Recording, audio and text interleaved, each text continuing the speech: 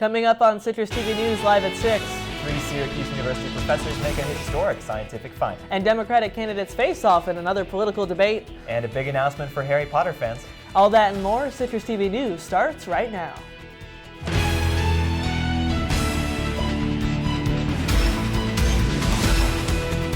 From the Citrus TV studios, this is Citrus TV News live at 6, your campus news leader. Good evening and thanks for joining us. I'm Jacob Reynolds. And I'm Topher Lane. 3 SU scientists are part of a team that made a historic scientific study confirming Einstein's theory of relativity. What does that all mean? We'll tell you tonight during our top story.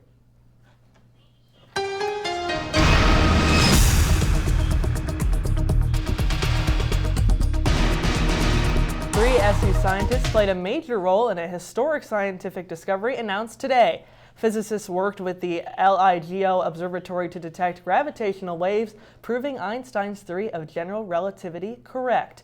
Nearly a century after Einstein's original theory, scientists were finally able to record proof of general relativity. 2 massive detectors recorded the sound of 2 black holes colliding more than 1 billion light years away. This collision of 2 black holes has been predicted but never observed until now. These gravitational waves carry information about the origin of gravity in black holes. Congratulations to all the SU scientists and their colleagues on this groundbreaking discovery.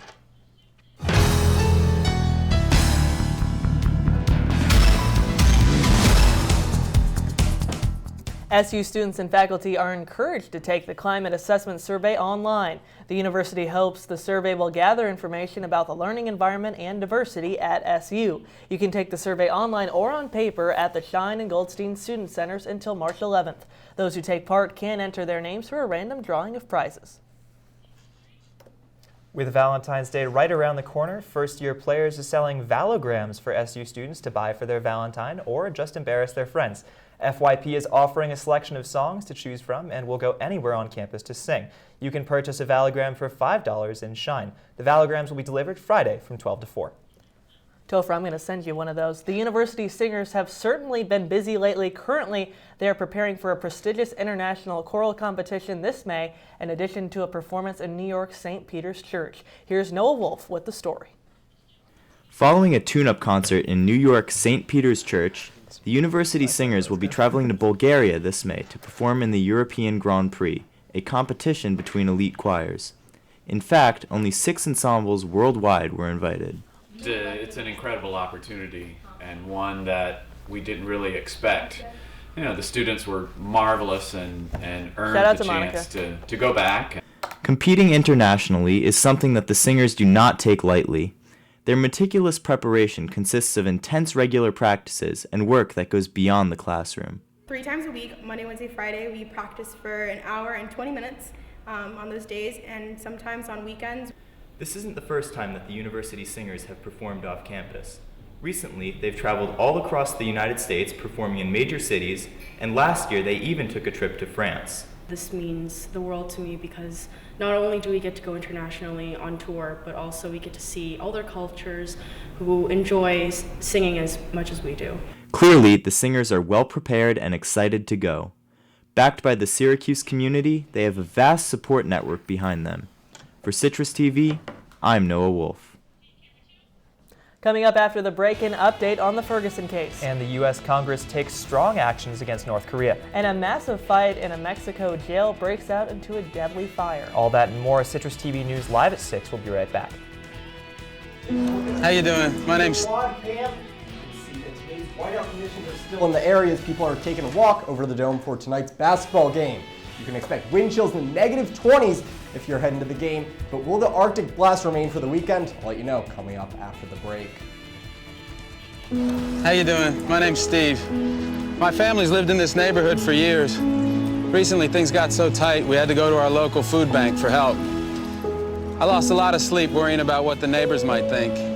That is until I saw them there too. How'd I do, Steve? A little stiff. You could have done a little better. What? Come on. You know, I have an Academy Award. Yeah, but not for playing me. Play a role in ending hunger. Visit feedingamerica.org/hunger and find your local food bank. Here's your check.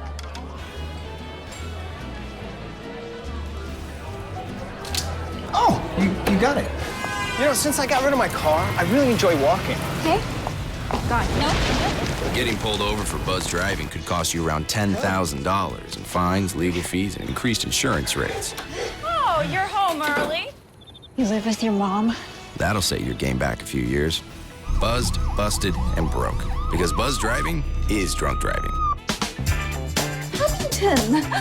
Every proper bear knows that the right fit means everything. Especially when it comes to car seats.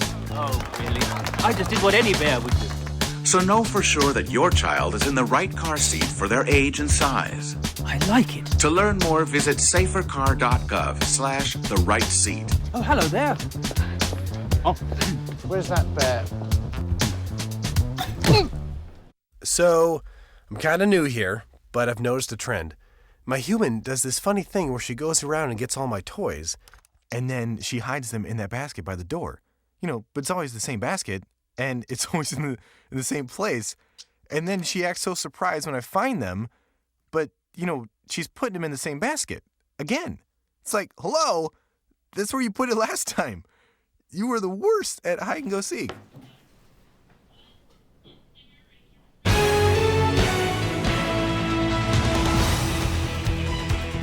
Hoverboards are the hot new gadget, but they're going to see a lot less time here on the Hill as the university has made a change to their non-motorized vehicle policy. I went out earlier and got the story.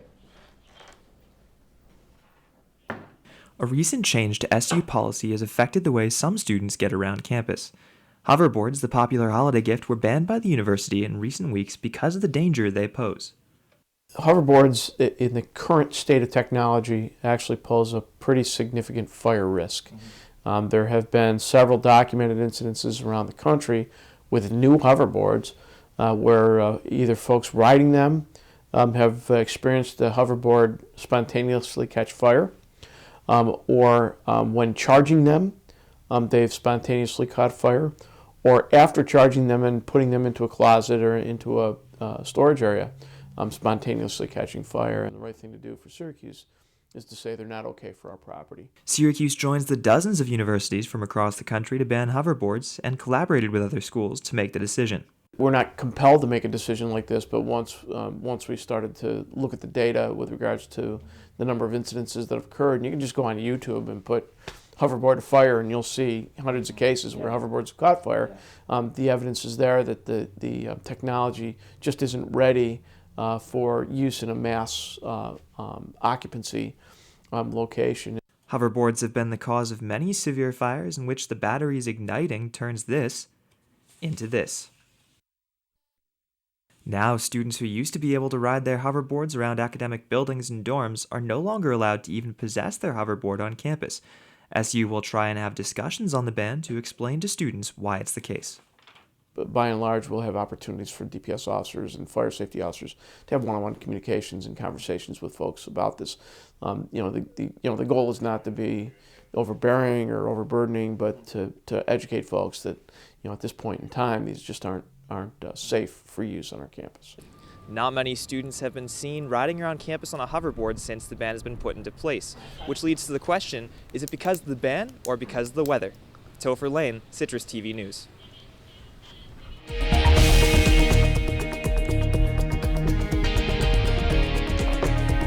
No rest for the weary tonight as Hillary Clinton and Bernie Sanders take to the stage in Milwaukee for another debate. After a sizable victory by the Vermont senator over the former Secretary of State in the New Hampshire primary on Tuesday, Clinton hopes to bolster her campaign heading into the Nevada and South Carolina primaries at the end of the month. Hillary will look to her widespread support from black voters to beat out Sanders, whose popularity is in states that are mostly white. The debate will air on PBS at 9 tonight. You can also stream it on YouTube. And the federal government is cracking down on the city of Ferguson. Attorney General Loretta Lynch says the decision came after the city rejected a deal aimed at improving the way the city treats minorities. The Justice Department says the city's police department has continuously misused and abused their power. Ferguson has been in the spotlight for racial violence since the shooting of Michael Brown by white police officer Darren Wilson back in 2014. And the UN says we had twice the number of worldwide major droughts last year compared to the last decade. The UN agency responsible for the findings says close to 100 million people were impacted by droughts in 2015, with more than 32 major droughts recorded. That's up more than 50% from the annual average over the previous decade of just 15. Officials say reducing greenhouse gases in the atmosphere is key to cutting down on the number of environmental disasters.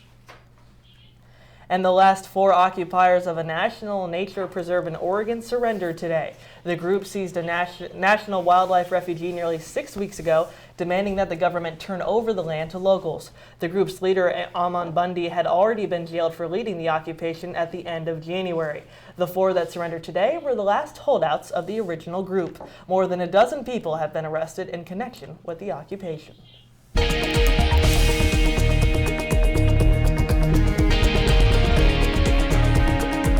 The Senate has unanimously passed a new round of sanctions against North Korea. Republicans and Democrats voted together 96-0 to pass the bill. The aim is to cut down on North Korea's ability to finance their nuclear program. It also gives $50 million towards increasing U.S. radio communication in North Korea. This comes after South Korean officials reported their northern neighbor had launched a long-range satellite last week. More than 50 inmates at a Mexico prison are dead after a fire and riot broke out earlier today. Reports say the fight broke out between rival groups in the Toco Chico jail. The prison is notorious for being overcrowded with little water or ventilation. That's according to a UN report. Back in 2011, the prison's security chief was kidnapped and brutally murdered. Officials say this incident is under control and no inmates have escaped. A 94-year-old former Auschwitz guard is now standing trial for his alleged crimes. Former SS agent Reinhold Henning faces 170,000 counts of accessory to murder for aiding in the mass execution of Jews and other minorities. Henning maintains his innocence, claiming he worked in a separate part of the camp than where the gas chambers were located. An Auschwitz survivor, who is also 94, is set to testify in the trial. Now let's send it over to Brennan and Jacob to find out what we can expect after the break. Guys? Thanks, Topher. And coming up next, I'll fill you in on the latest health, consumer, and entertainment news you may have missed. And after some unseasonably warm weather last week, Syracuse has returned to normal. How long will the brutal cold last, and will your Valentine's Day plans be affected? I'll have your answer after the break.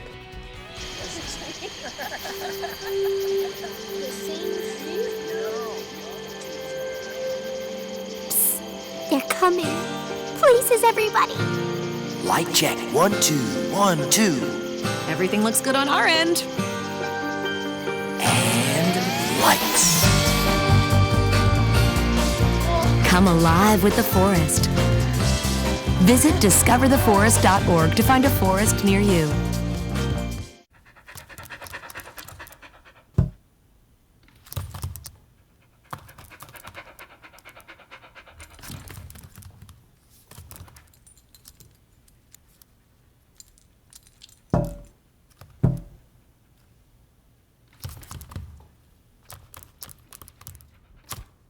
There's a shelter pet who wants to meet you. Meet one today.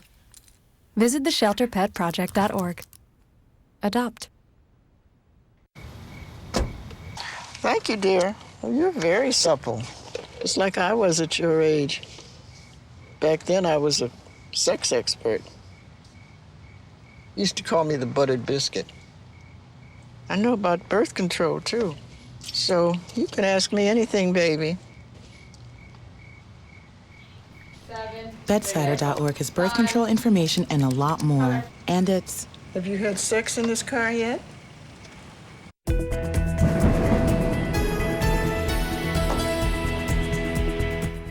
We've been spoiled by unseasonably warm temperatures. Now it feels like the Arctic out there. Brendan, what's the deal with this crazy weather, and what can we expect as the week continues? Well, as the week continues and we get into the weekend, it's not going to be very nice. As we take a look at our local area, you see winter storm warnings and wind advisories are in effect through Sunday morning. So this cold, blustery weather is not going to go away anytime soon, unfortunately. Taking a look at your current conditions, currently it's 12 degrees with some lake effect snow in the area. Winds are gusting out of the west at 29 miles per hour. It's making the wind chills in the negative 20s. And these are temperatures that if you're outside with uncovered skin for 5-10 minutes, you can get frostbite. So cover up, be really careful if you're heading out to the game tonight. Taking a look at our regional radar, you see the snow coming off the lake. It's not that much, but it is still enough. We're going to see 6 to 8 inches of snow over the next few days. Unfortunately, with that wind, it's going to be blowing. We're going to get some snowbanks all over the place. It's going to be hard to measure the snow, not really fun snow for the crews who are having to clean it up. So it's going to be messy out there over the weekend. Taking a look at the nation, you see the jet stream is dipped down way across the Carolinas and Tennessee. That's unseasonable for this time of year and basically making the Arctic Circle come down. The polar vortex term you hear all the time, we're experiencing a bit of that right now. Luckily, we're not going to get too much of that over the next few days. Tonight, low of 9 degrees. The snow is going to continue, but the wind is going to decrease, luckily. Unfortunately, it's coming back again tomorrow morning. Taking a look at your Citrus TV 5-day forecast. See, tomorrow, 26 degrees is your high, 5 is low, and that's what I want to point out is that going to Saturday and Sunday, Saturday our high is only 5 degrees, and Sunday our high is only 8 degrees, and the big thing to look at is that -8 is your low on Saturday night. It's definitely frigid. If you have some Valentine's Day plans, it's not the end of the world, especially because Monday and Tuesday it's going to be much nicer.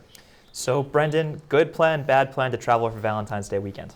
It's a good plan to travel. Luckily, it's not going to be snowing on Sunday, but there might be some left over from Saturday night that you might get stuck in a little bit, and there's going to be some ice out on the roads as well. All right, and then as we go into the next part of the week, it looks like it's starting to heat back up. Is that going to stay, or are we going to go back to cold temperatures again? We're not going to go back to the cold we're going to see this weekend, but it's not going to hang this warm forever. Unfortunately, the 30s degrees we're going to see are going to dip back down to the 20s mid next week. All right, great. Thanks, Brendan. Thank you.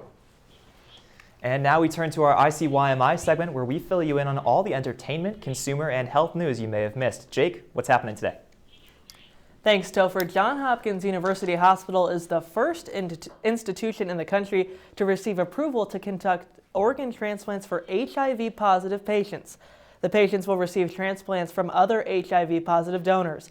The controversial surgery will come after a ban lifted in 2013, which had prevented even research on the life-saving practice. According to Johns Hopkins, there are currently 120,000 people on the waiting list for a transplant in the U.S. alone. And Twitter is continuing to struggle as its fourth quarter reports recorded no new user growth. The company is staying level at 320 million monthly users, which is only 1/5 the size of Facebook. Twitter also lost another $90 million during the final months of last year, which will do little to persuade investors to keep investing. The company's stock has dropped nearly 7% in extended trading, and if that trend continues today, it could mark a new low for the company. And plus-size model Iskra Lawrence is taking the modeling world by storm. Lawrence is part of Aerie's new lingerie campaign, #AerieReal, which features unretouched photos of the models.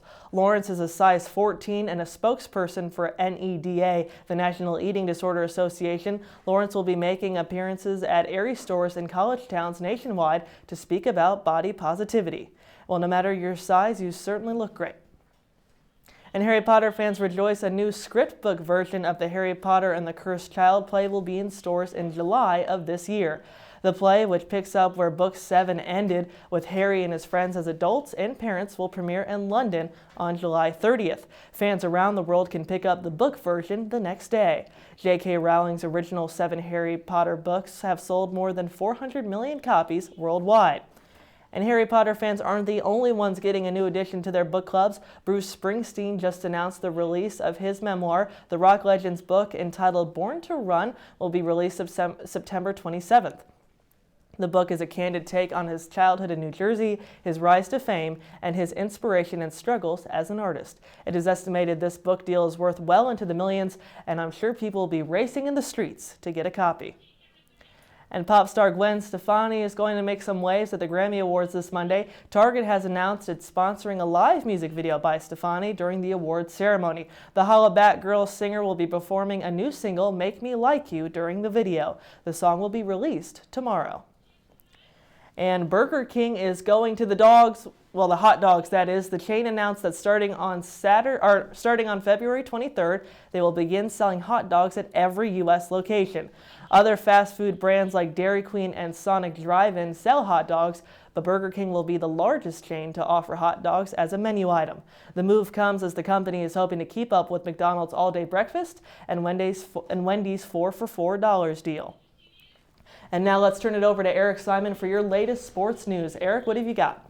Thanks, Jake. Coming up on sports, we have a lot of previews, including the huge ACC matchup between tournament hopefuls Syracuse and Florida State. Stay with us here at Citrus News, live at 6. I'm Jay Billis of ESPN. You're watching Citrus TV, so don't change the channel. Which planet are we living on? It's right here. What do you think it would be like to teach? Chances are, you have no idea. Teachers today are breaking down obstacles, finding innovative ways to instill old lessons, proving that greatness can be found in everyday places, and that you don't need to be famous to be unforgettable. That's what it's like to teach. The weekend, usually, is a time to relax and unwind from the pressures of work and school. Unfortunately, the weekend is also a time for many people to abuse drugs and alcohol. Listen to the words some people use when they talk about the good time they had over the weekend. They say, I went to a party Friday night and got plastered. Or, Saturday night, I was really wasted. Maybe they didn't have such a good time after all. This message furnished by the NCAA.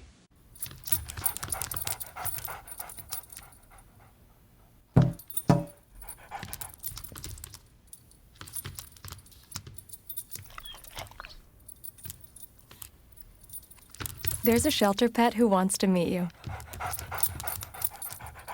Meet one today. Visit theshelterpetproject.org. Adopt.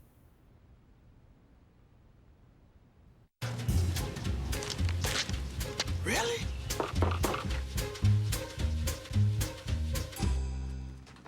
Buzz, what's up, man? You left some leaves burning out here. Yeah, I just came in just for a second. Come on, man. If it's too hot to touch, it's too hot to leave. You could torch the whole neighborhood. It's a good point there, Smokey. 9 out of 10 wildfires are caused by humans. Only you can prevent wildfires.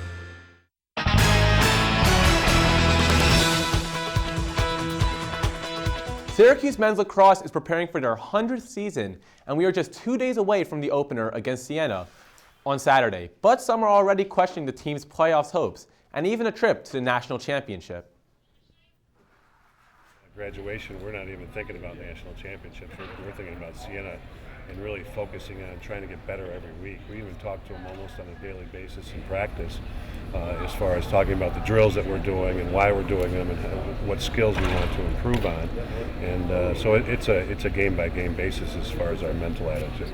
The past 3 weeks we've been saying game week every week because we've had scrimmages and stuff, but now that it's actually game week, I think everyone's getting real excited and we're ready to play someone else. It's a pretty new group, and we purposely have not focused on a lot of scouting, first of all because we don't have a lot, but second of all we don't want to focus on things that might not be what we're going to see in the game. So we just want to play our game against these guys, and as coaches and players we're going to have to adjust on the fly as the game goes along. I guess that's kind of awesome that this game's been played here for 100 years, but I think we're just taking it one step at a time this week, and we're looking forward to playing an opponent.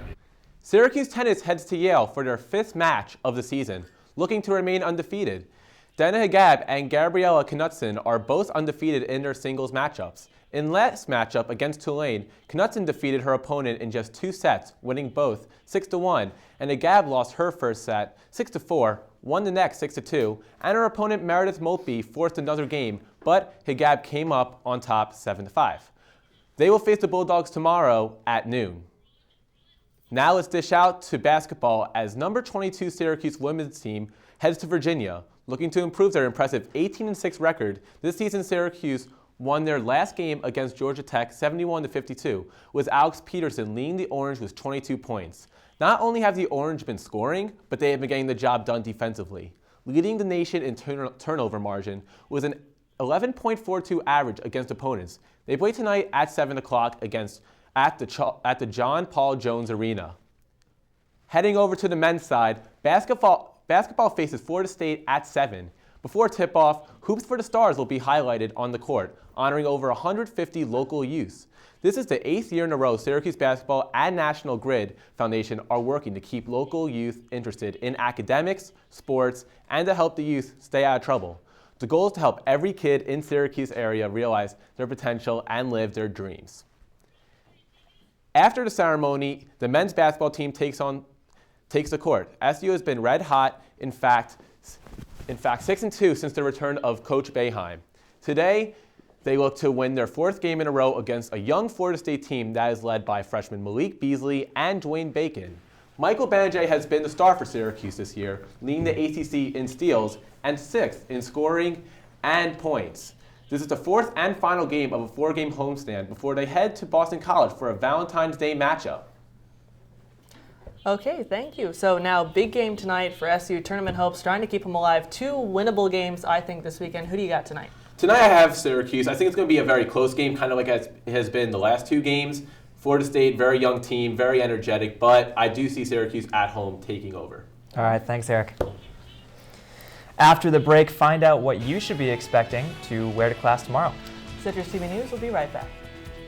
So who's going to do what? I'll pack the dead batteries. Great. I'll only put what I don't need into a duffel bag. Perfect. That's totally unhelpful. No problem. Meanwhile, I will try to comfort everyone by speaking in a calm voice. And who is going to handle supplies? I can forget to do a list for us. Thanks, pal. We couldn't be any less prepared. I'm proud of you guys. Talk to your kids about who to call, where to meet, what to pack. Search Ready Kids at nyc.gov or call 311. If I got to go to college, oh my goodness. I like discovering new things. You get to see what works for you and what doesn't. That helps you evolve as a person. You get to make like a supernova of skill or talent or whatever it is. I've always wanted to go to college. I just feel like that's my destiny. My name is Queen, and I am your dividend. How you doing? My name's Steve. My family's lived in this neighborhood for years. Recently, things got so tight, we had to go to our local food bank for help. I lost a lot of sleep worrying about what the neighbors might think. That is until I saw them there, too. How'd I do, Steve? A little stiff. You could have done a little better. What? Come on. You know, I have an Academy Award. Yeah, but not for playing me. Play a role in ending hunger. Visit feedingamerica.org/hunger and find your local food bank. So, Brendan, what should we wear when we wake up tomorrow morning? Tomorrow morning, you're going to want some warm thermal pants, heavy jacket, hat, and gloves. It's going to be really cold if you're going to an early morning class. If you have an afternoon class tomorrow, it won't be that bad, 20 degrees or so, but still some pretty low wind chills. Okay, and then Valentine's Day, we have another SU game. Luckily, I think it's going to be pretty cold on Sunday, right? It will be. So if you're going to a viewing party, it's warmer than it would be if you're going to the game tonight, but still warm up just warmly. Okay, and if we watch that game, who do you have in that one? Syracuse again. Boston College, very bad in ACC play. In fact, winless. I have Syracuse winning that game as well. Alrighty, and then Monday, when I go back to class on Monday, what can I expect? Monday, it shouldn't be that bad, but we do have a chance for snow again, some snow coming off the lake. The lake effect snow machine's in full effect finally. Alrighty. And then lacrosse starts this weekend too, right? It starts on 2 days from today, so Saturday. All right. So is there any sports shows we can watch coming up on Citrus TV? Yeah, watch OPP, the live post-game show on Citrus. Definitely tune into that. That's a great show to watch. All right, and don't forget, on Citrus TV News tonight, we have Talking Points, which will get you ready for that debate we told you about earlier. It's going to be a good one between Bernie and Clinton. That's what I'm thinking. Yeah. Well, that's all that we have for Citrus TV News Live at 6 tonight. But if you can't get enough, make sure to follow us on Twitter at Citrus TV News and check us out online at citrustv.net. I'm Topher Lane. And I'm Jacob Reynolds. Have a great rest of your night. Syracuse, stay warm and go Qs.